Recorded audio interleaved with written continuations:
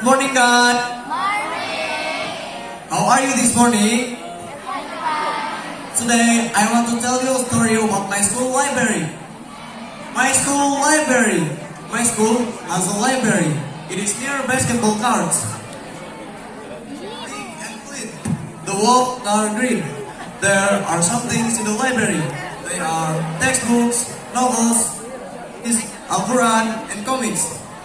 The librarians are Mr. Harry, Mr. Arif, and Miss Salsa. They serve the students who want to borrow books.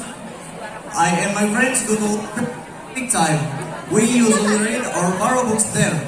If we want to borrow books, we must have a library card. I am very happy I am in the library. You know why? Because... So I say to you, let's go to the library to get knowledge there. Library.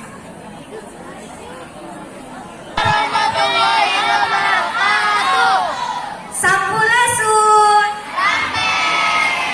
Nepangkeun nami abdi Agustina Rahmadani. Di dieu abdi bade ngabacakeun teks carport anu judulna Liburan ka Bandung. Liburan tahun kamari, abdi sakulawargi angkat ka Bandung dina rangka liburan. Abdi sadayana angkat sapoe saenggeus nampi raport. Dugi di Bandung, abdi sakulawargi ngadatangan tempat raramean jiga dusun bambu jeung kebon binatang.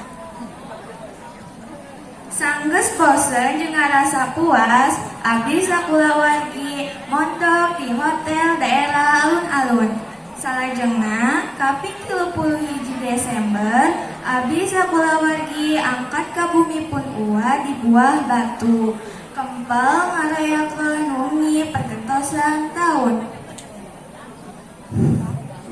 Abdi jeung kulawarga angkat di hotel alun-alun kinten tabuh 5 sore. Margi sieun macet di jalanan.